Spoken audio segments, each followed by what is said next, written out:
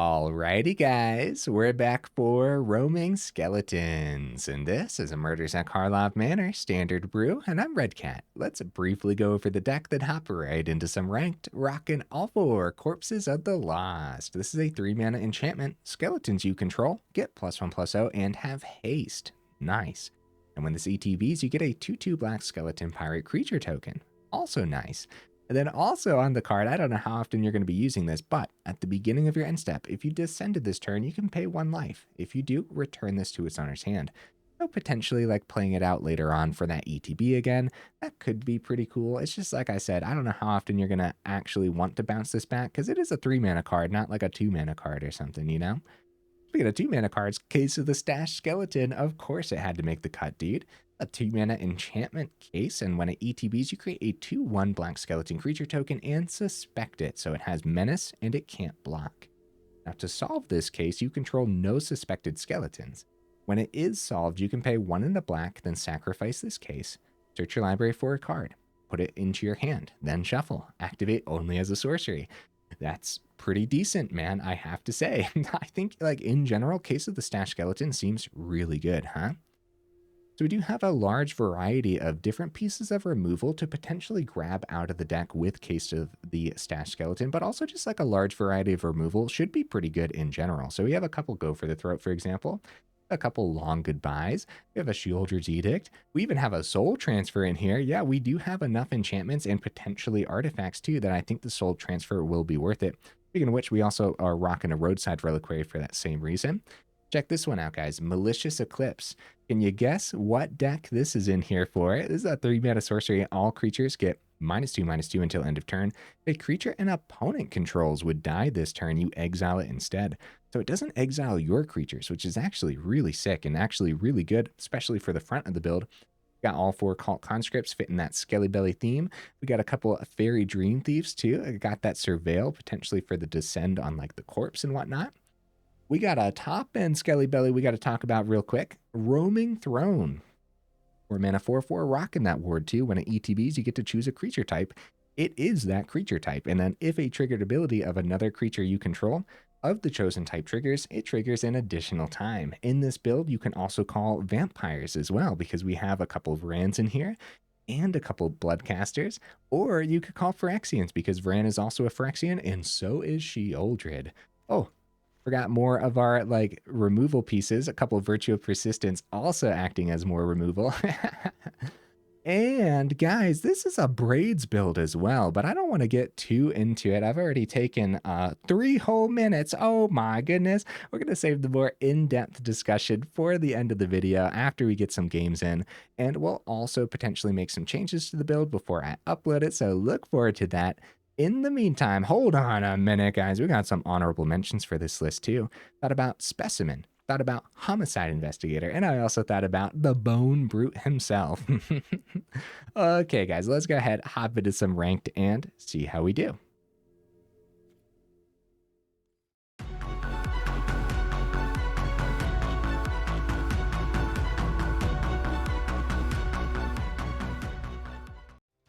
All right, we'll see if we can get right into that first game. In the meantime, what am I expecting from the build?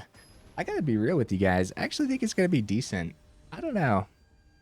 Like, mono black in general, I feel like there's like 5 different ways we could successfully put mono black together and have a good time with it and have it actually be good too. You know what I mean? Yeah, guys, ever since we moved the more in-depth discussion of the deck to the end of the video, it's kind of been a struggle for me because I'm still in that mind state of going over the deck completely at the beginning, and so it's actually really hard for me to slim down the intros. So I find myself getting ahead of myself often. Give this hand a shot for sure. Right into that Case of the Stashed Skeleton when it comes time. Okay, double swamp, double swamp. Mirror match? Maybe. We'll see if they drop some Skelly Bellies, huh? Yeah, what's really cool about this skeleton is it's terrible for spot removal, man. You know what I mean? Because as soon as they spot remove it, we have this solved, and It's just like, it puts the opponent in a super awkward position. Graveyard Trespasser, nice. Okay. Speaking of terrible for spot removal, Trespasser's rough, man. I don't mind getting rid of the swamp. I think getting Trespasser off the board. Do we wait for their turn to do that, though? Probably, because they could play 4th mana and Sheoldred's much better to remove at that point. Okay, go for that swing. Cult Conscript. Go for the throw open, potentially discarding the swamp. Let's see if they drop a Sheoldred, though, this turn. Of course, they'd want to save that for main phase 2, so we might be taking unnecessary damage if we wait. And our Sheoldred kind of balances out their Sheoldred, so... Actually, ours would be a little bit better if we call Phyrexian on Roaming Throne.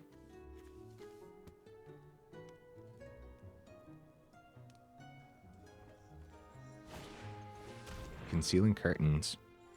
Alright, so it's probably... We're going to be picking up the Trespasser here.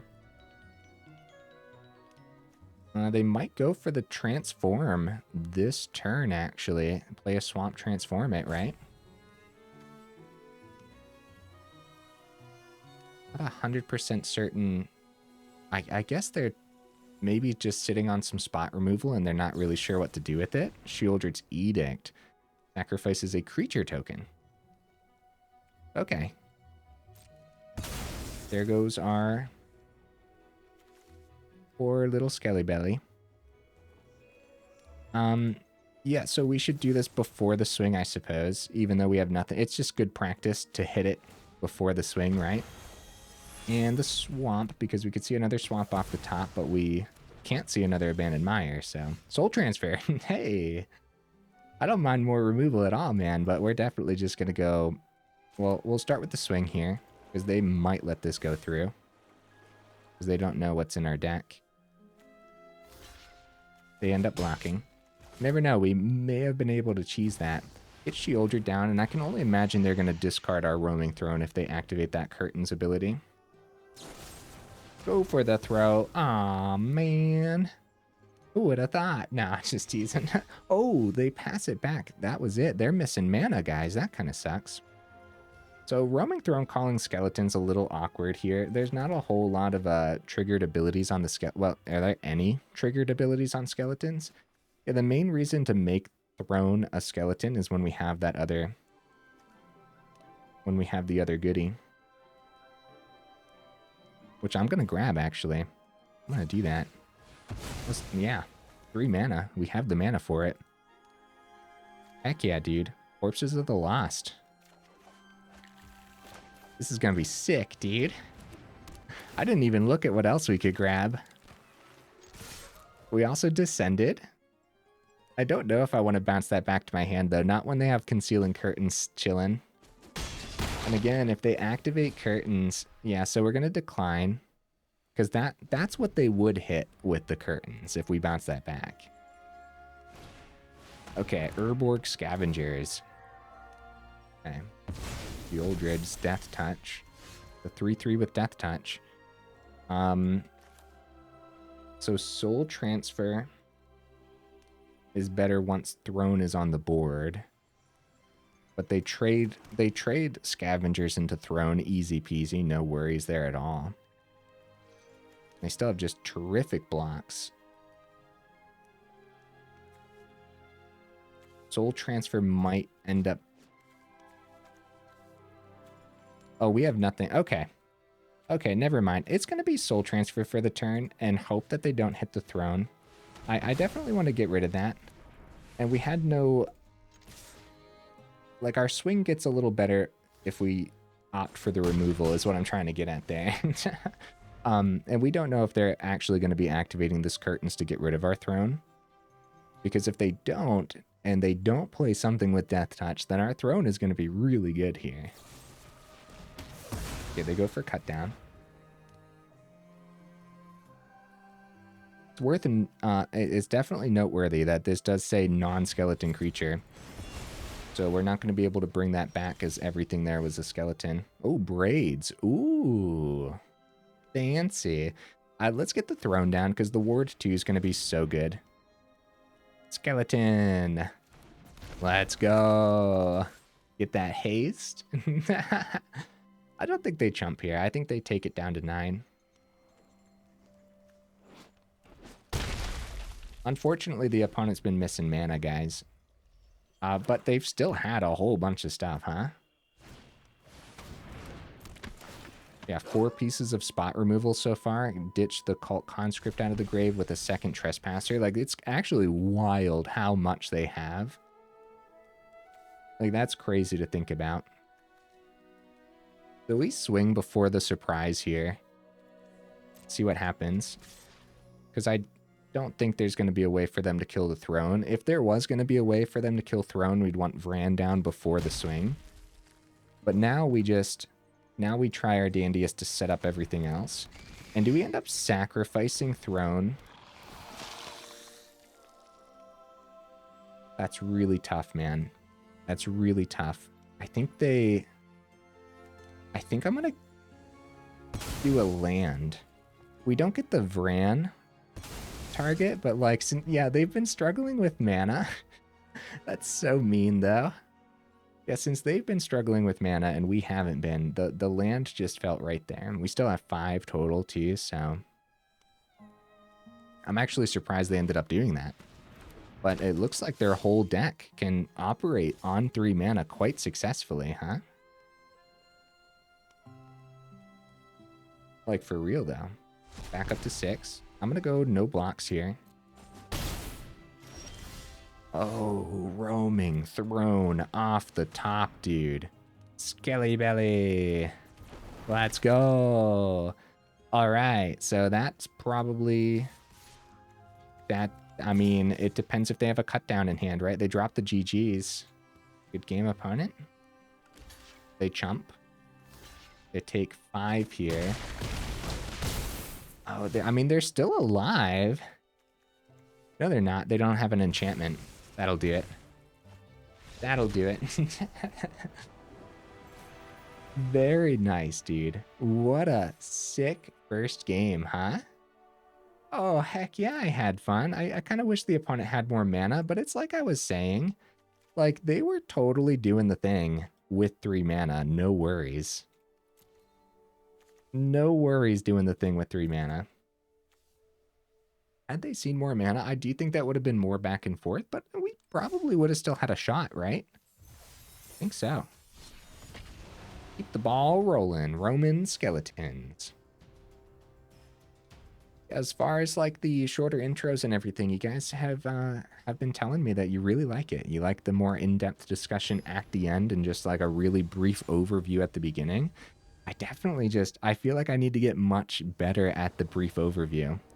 As I start slipping into the decisions as to why the cards are in there and stuff. And I feel like all that needs to be packed at the end now.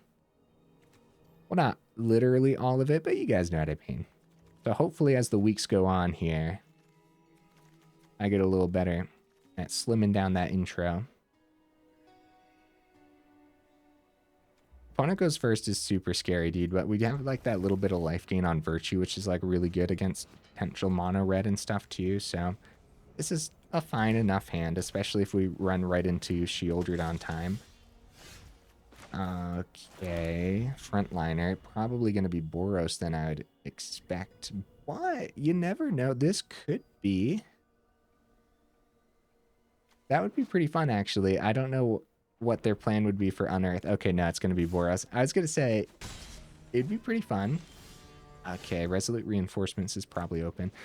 Anyways, game, stop distracting me. It would be pretty fun if this was like mono red artifacts or something, right? Just like a whole bunch of 1 mana artifacts and then patchwork on 2.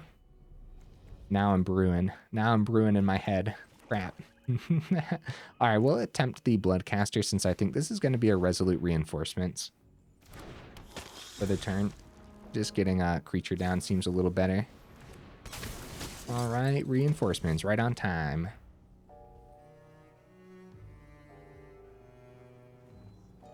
So Sheoldred's going to be great here. depending on the type of Boros list, they might not have a lot of removal packed in to deal with Sheoldred, as the Boros Go Wide just focuses on nice, fast, wide damage.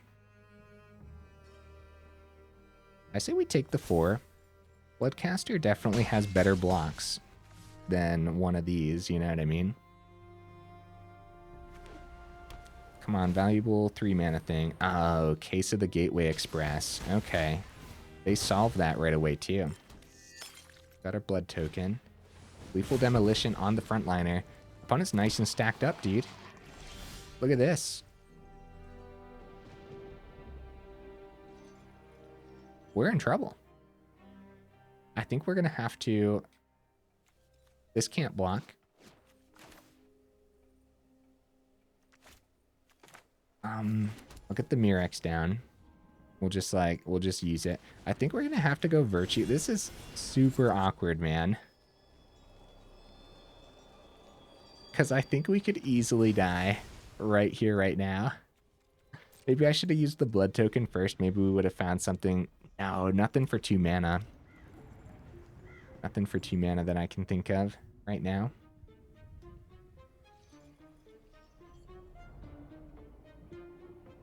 All right, here it comes. Here it comes, guys. Because they can bring back frontliner first. Oh, Knight Errant. Okay, they are missing some of their explosive damage, which means we have a small chance. And I think the chance starts with actually us filtering out one of these swamps right away with our blood token.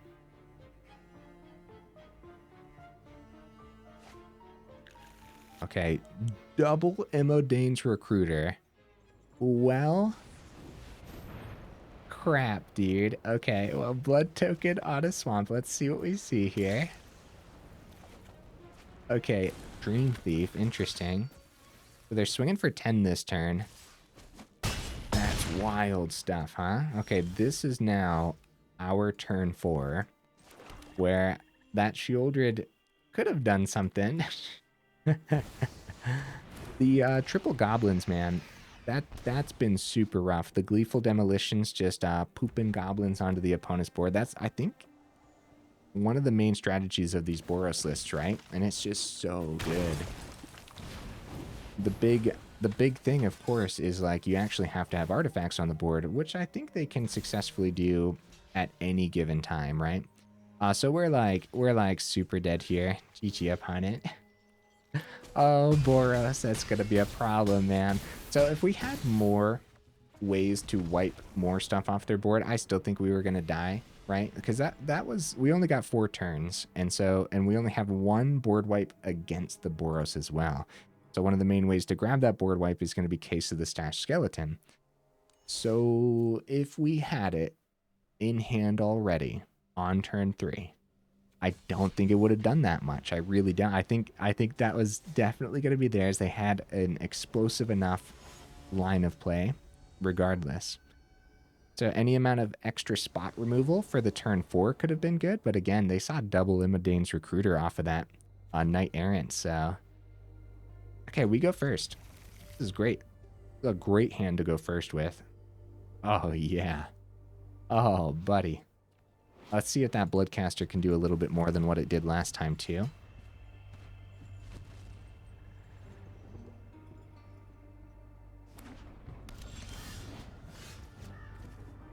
Hey, you would have been good last turn. We're actually going to start with Case of the Stashed Skeleton. Get ready for playing multiple things next turn. I like getting the case down since it has the menace around a potential blocker. Oh, more Boros, guys. Let's see those goblins. It's gonna be the goblins, so we no longer... I mean, if they double block, though, that's actually pretty good for us, right? This specifically reads non-token creature, by the way. I wanted to go over that real quick. Sheoldred's Edict, okay. Start with the swing. I think they take the 2. We can't block with this skeleton anyways. All right.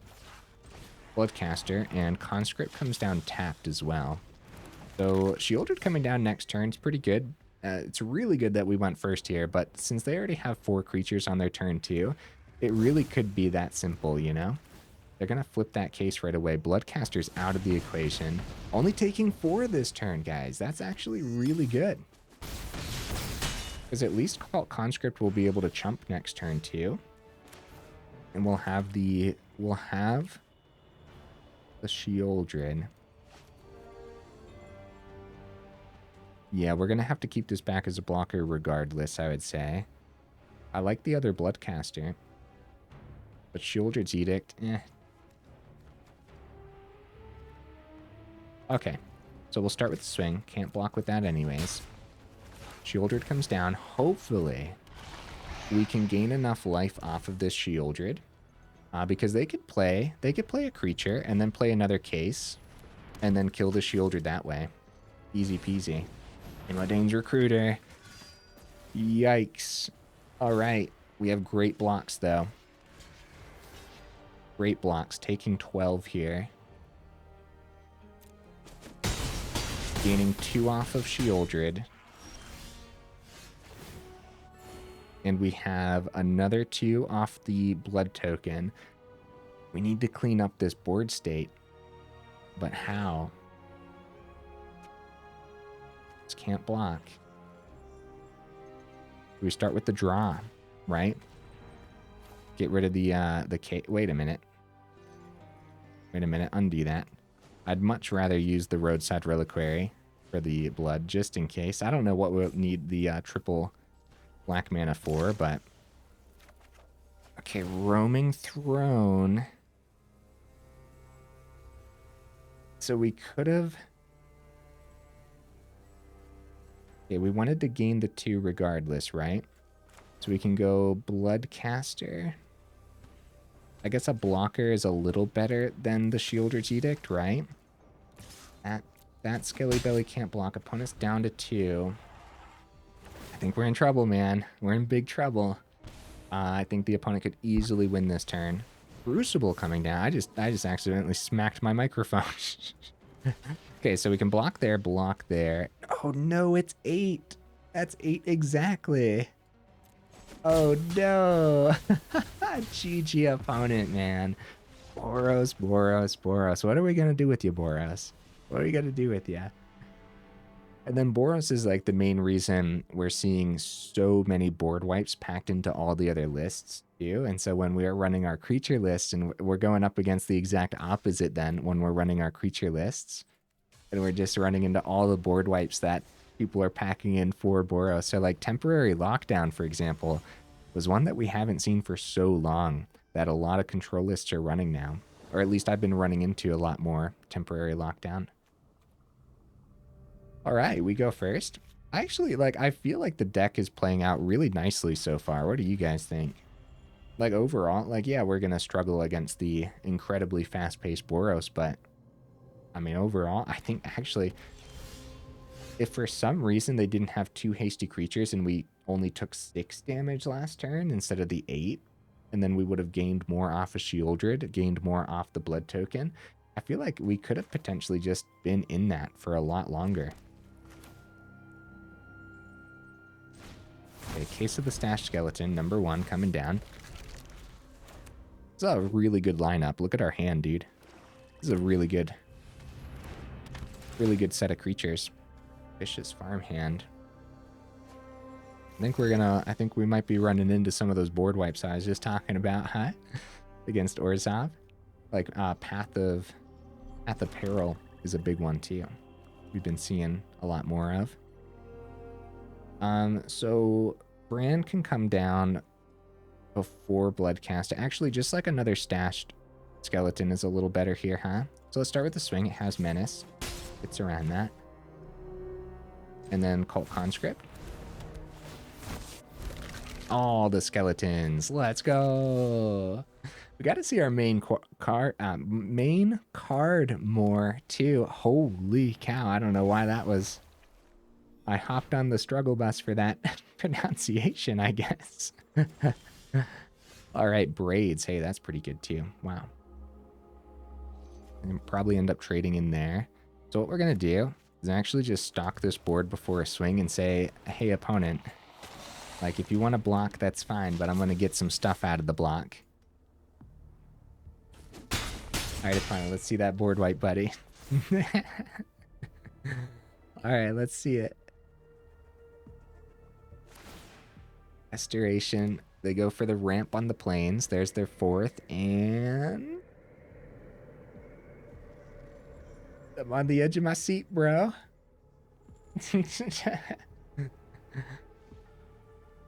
Nothing. Let's go, dude. That's probably just a Wandering Emperor then. Sheoldred's good, but now like now we gotta think, man. If we full swing, the Wandering Emperor exiles Vraan, I would expect, but like it's still a full swing, right? We don't want to play around a ghost that's potentially not in their hand too.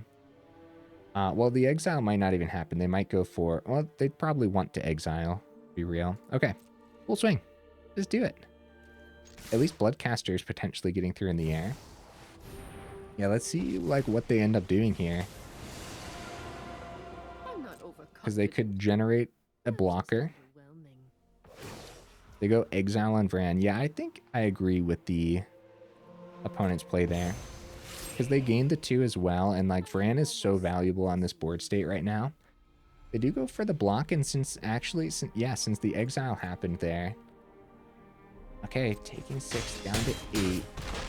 Now we got to be afraid of Sunfall and Farewell, by the way. So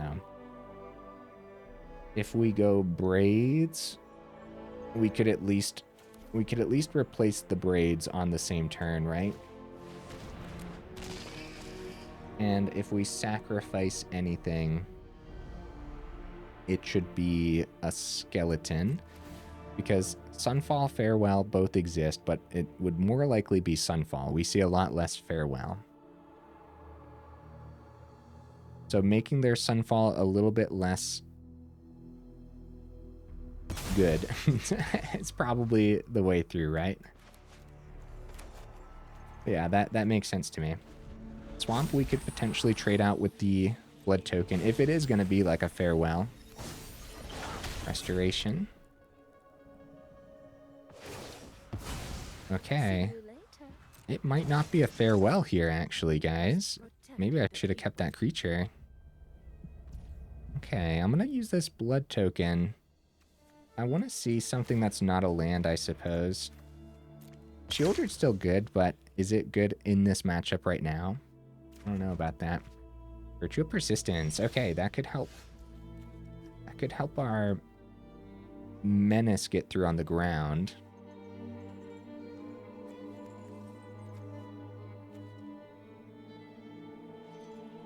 And exile is... It's probably going to be like another Wandering Emperor, right?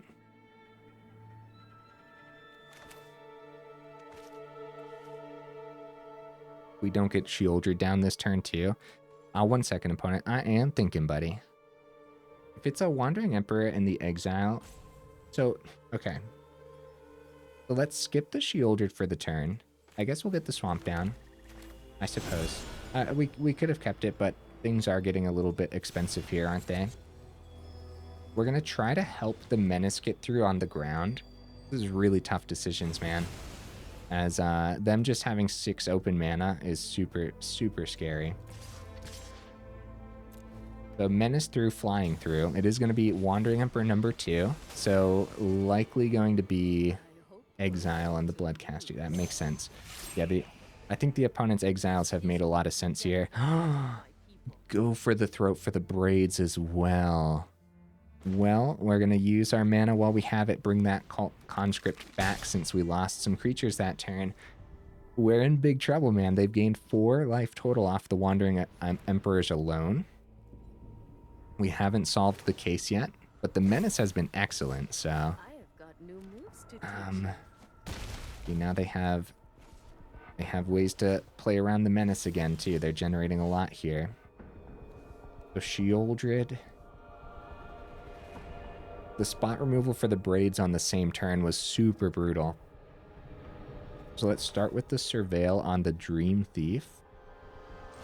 I just want to see... I want to get more knowledge here before deciding on anything. I don't think we can successfully swing, though. Unless if they double block... Oh, long goodbye. Destroy target creature or planeswalker with mana value 3 or less. That does count the Architect, actually. I'm going to keep that on top. Actually really like that. Okay, so they don't know what's in hand.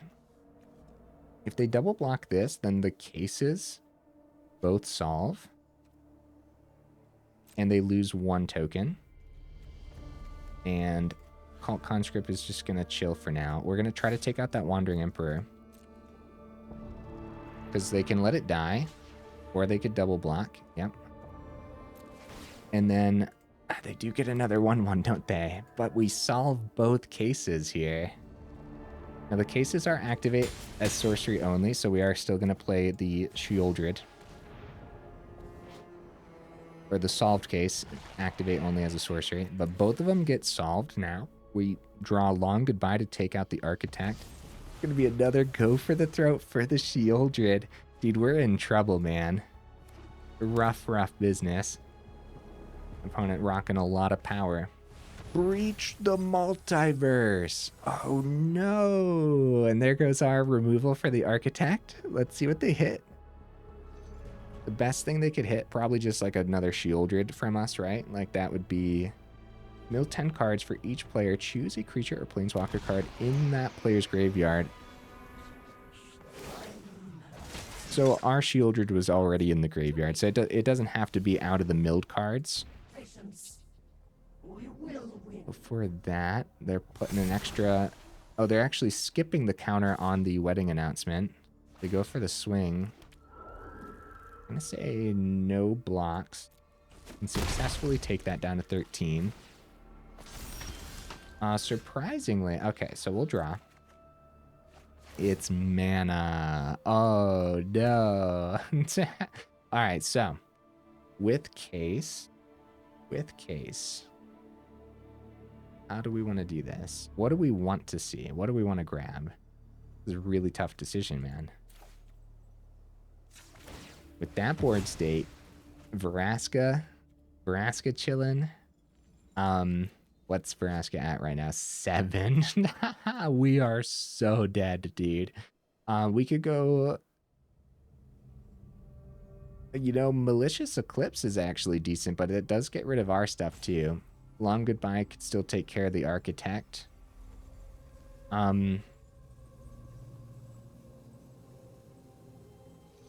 Yeah, I think this is the opponents. Let's just show them what we were rocking, huh? Like, let's just show them the corpses of the lost for fun. Like, hey, check it out. We were playing some Skelly Bellies, you know? That's totally fine, huh? We'll just swing at the Wandering Emperor and accept our fate. You know what? I am going to take that action. Let's do it. Yeah, GG opponent. The spot removal hit its mark right when it needed to, and that was a great point to be made for the fact that, like, holding back the swings wasn't worth it, because even if it wasn't a Wandering Emperor, it still could have easily been any other form of spot removal, right? And yeah, it really hit its mark. Actually, ends up being, or looking like Orzhov Planeswalkers, but that's potentially what it is, especially with the Vraska in there, huh? So we can jump here, and we can jump here, and we actually survived the turn. Huh. Well, this is awkward. I was like, let's accept our fate, but actually we're just like alive for some reason. Oh, no, we're not. Sheoldred. There we go. There we go. Yeah, as soon as we draw, which we might as well draw off of the Dreamthief then. That's funny. Game opponent. Dude, about 34 minutes in, the deck should totally be doing more than what it is, I think. Like, obviously, being Skelly Bellies, when I put it up on Aether Hub, we gotta label it as jank because it's relatively off meta. But that being said, like, we're still rocking a lot of the great mono black things that mono black does best. And so I think we can totally end on a high note here and hopefully get a game in that doesn't take too long as well. It doesn't mean bring Boros to the table, opponent. Okay, buddy? You gotta be... Let's bring some variety, huh? All right, hey. I take it back. You can bring Boros to the table. It's totally fine. Totally fine, dude. We got Malicious Eclipse in hand. Oh, Lore Keeper. We got a great 1-2-3. Absolutely terrific. Go for that swing. Nothing from the opponent. Vraan's pretty good. We're gonna stick to the Skelly Bellies for now.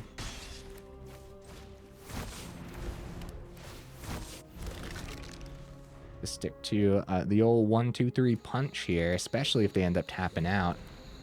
Hulking Raptor is a good blocker for now. Actually, it's not. Only has 3 toughness over there. Really good ramp for them, though. Really, really good ramp. I think they take this 9, and they don't worry about it. Yeah. All right. I hope we don't, like, die here or something, right? You never know with Standard nowadays. Atali comes down on turn 4. Very nice opponent. Intrepid Paleontologist. Sheoldred? What the crap is that, dude? They hit a Sheoldred from a sky. It's like the best hit out of the deck for them, probably, right? Right? I think so. Now, they have terrific blockers here for the turn. So all we have to do is remember that. Okay. First of all, 4th mana comes down.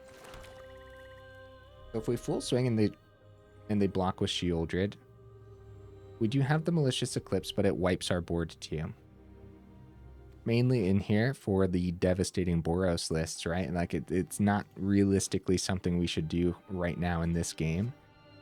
Case of the Stashed Skeleton, that gets haste, and then Vraan could come down for extra bonus damage, extra life gain. I think we're just like, I think we're dead. Darn, guys, turn 4 Atali is a little bit too much for us to handle, right? Still a really good full swing. We'll get 3 through down to 6. They have terrific blocks, terrific trades, and then down to 4 off the Vraan, and then we have a chump blocker with Vraan next turn. But then Atali also has trample too. This was really sick, actually, guys. Like, let's be real. This was really cool. Skeletons versus dinosaurs? Heck yeah, man. And like, we totally did a thing. It's just the opponent did the thing a little bit bigger, a little bit badder. Oh, down to 3. Vraan hitting face. I'm gonna say no, decline, right? Wait, do we have a chance? No, we don't have a chance. No, we don't. Yeah. Vraan doesn't work with itself is what I'm getting at here. Has to be other creatures. But then also they were going to gain the 2 off of our Sheoldred anyways. Man, it's too bad they didn't hit a little bit of a weaker creature off of the Atali, right? Rolled a little bit lower. Because maybe there could have been a chance. Transform that Atali. Heck yeah, dude. Really cool stuff. Good game, opponent. I guess there's no great blocks there, but a better block would have been the Hulking Raptor. Just a little bit less damage, but it doesn't matter because we would have died either way. Well, don't look at that win rate, guys. That's nothing. That's not... what? 20%? 120% is what that's supposed to read. Okay. Okay, guys, let's go over the deck again here. Roaming Skeletons. I honestly thought it was going to do more today overall. I really did. I actually, like, you're looking at the list, you're like, hey, look at all this removal. Finally, Red Cat. Good job, buddy. And then it's just like, well, I guess we're never actually going to remove anything. That's kind of what it felt like, right? Malicious Eclipse, as the one of, it makes sense when you think about, like, Case of the Stashed Skeleton. Like, you solve it, you grab it, you wipe the Boros board state, but it ends up, like, hitting all of our stuff, too. I don't know if I would drop it, though, as there's still going to be moments where you're, like, you have this in your opener against Boros, and you're like, haha, now I have a chance to actually set up and actually win. And that last game, guys, that was actually really, really just a great example of how aggressive these skeletons can actually be when you see Corpses of the Lost, right? Okay, we definitely have to talk real quick about the throne. because the throne chooses a creature type. You choose skeletons when you want to give it haste and like when you want it to work with the whole skeleton theme. But everything else in here, my card choices really mattered for the throne because I wanted stuff that would work like in whatever order of board state we end up seeing, we have a successful call on throne. That's kind of like the concept of how I put the deck together. So like, for example, if you do have Vraan, then calling Phyrexian totally works, especially if you also have like Sheoldred in hand, or maybe you are lucky enough to have Sheoldred already set up on the board too, then Phyrexians, dude, heck yeah, call that with the roaming throne and be very happy about it. Then also with Vraan also being a vampire, I wanted to make sure that I had like vampires too. So like whatever order of board state you're seeing, I wanted Throne to hit the board quite successfully. And so Voldaren Bloodcaster made the cut because it generates stuff when our creatures dies, and our creatures dying is totally a theme in here, especially when Cult Conscript can potentially bring itself back to and is not a bad target to sacrifice to things like Braids and whatnot. Braids restocking our hand and just getting the job done every now and then as well just seems really good. Long goodbye. Let's talk about this for a second. 2 mana, instant speed. This spell can't be countered. This includes the ward ability, which is kind of wild, huh? Wait, did we have a chance to find Long Goodbye against the Trespasser off of the case of the Stash Skeleton? I don't think that would have been good, but did we have that chance today? We might have. Anyways, destroy target creature or planeswalker with mana value 3 or less. Just like really like this card, man. It just seems really cool. So creature or planeswalker 3, mana value 3 or less. So like Haughty Djinn, for example. How often do your removal spells get countered? Because they have 1 open blue source, and Haughty Djinn makes all their counter spells 1 less. Long goodbye. You know? Now, there's other ways for Haughty Djinn to get around, slip out the back, Fading Hope, stuff like that. So there are fancy things that the opponent could do, but still, it's really neat. Then yeah, as far as ward abilities go, yeah, Graveyard Trespasser. That ward ability on Trespasser is disgusting, man. Discarding a card happens to be mana value 3 or less too, so I really like this. As a 2-of, I think it'll totally work fine. It's going to be certain scenarios where I guess it doesn't work. Again, all this different spot removal does not work great against the Boros builds unless it's also like gaining you life, like Virtue of Persistence, which also the 2-of almost didn't feel like enough, but then also the -3/-3 also doesn't feel like enough. Oh, geez, guys. I don't even know what to consider for the build. Like those battles were really, really tough. I could see dropping the Eclipse, but I personally don't want to drop the Eclipse. I could see rearranging some of the spot removal and making the spot removal a little bit more consistent, like not having as many 1-ofs with the spot removal. But that does get rid of that like flashy sense of the bottom solved ability on the case, where you have a whole variety to choose from when it comes time to go ahead and look through your deck and grab something, stack it into your hand, right? Like there may be a moment where you can't deal with like a specific hexproof style creature or something like that, right? Or indestructible, where Sheoldred's Edict comes into play. Yeah, interesting stuff. Now, as far as 1-mana cards go, Dreamthief could be swapped out for a different 1-mana card too. I wanted a way to have that Corpses of the Lost being able to descend a little bit easier as well, but then also have like a cheap creature that we don't mind sacrificing, because eventually this goes into your graveyard and eventually helps you restock your hand too, which of course works well with Sheoldred as well. As you're restocking your hand with it, you're losing 1 life, but then you're gaining 2 life off the Sheoldred. I could totally see swapping this out for another 1-mana creature though. Maybe more skeletons? Probably not, as Corpses of the Lost hit itself really nicely in our deck. We didn't actually get to see it too often, and when we did, it was really good, like obviously. And so I wonder how often too there would have been moments where we sacrifice Case of the Stash Skeleton to grab a Corpses of the Lost, but then at that point we don't have any skeletons on the board, right? I guess we could have like Cult Conscript or something too, and then potentially set up with Roaming Throne. So there's just a lot of concepts packed into the build, and a lot of those concepts I thought were going to work a little bit better together, and a lot of the different synergies and stuff too. Yeah, I thought it was going to work better. Maybe I'm right, and we got a little unlucky today. I'm not really sure. I would change this list up a little bit, but I don't know what to change up. So let me know in the comments, what would you add or take out? In the meantime, when I put it up on Aether Hub, of course, we got to label it jank, especially since it's just skeletons, you know what I mean? Guys, if you made it this far into the video too, for real, y'all are champions. I super duper appreciate you. Make sure you check out that description where we got that Discord link as well as that Patreon link if you're interested in supporting the channel that way. All right. Hey, I will see you in the next video.